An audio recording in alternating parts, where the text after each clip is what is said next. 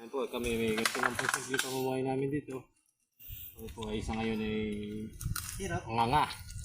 Alas gapneak. Ito po, ang gagawin namin, manguhuli po muna kami ng mga hindi po nila pinapansin. Palibasa po siya ng mga sawana din sa ganito, mga seafoods. Ay kami naman po yung mga dumagat, kumbaga, ay kailangan pong kumilos na at wala na pong makain. Kailangan po namin pagkiusan ito. Ngayon po mga kaibigan, kung aming natali sa ngayon, kaming kunting pagsasalo-saluhan.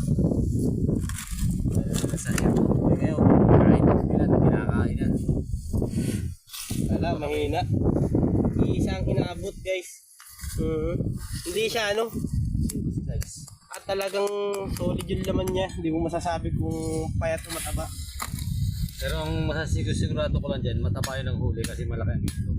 Ay, sama.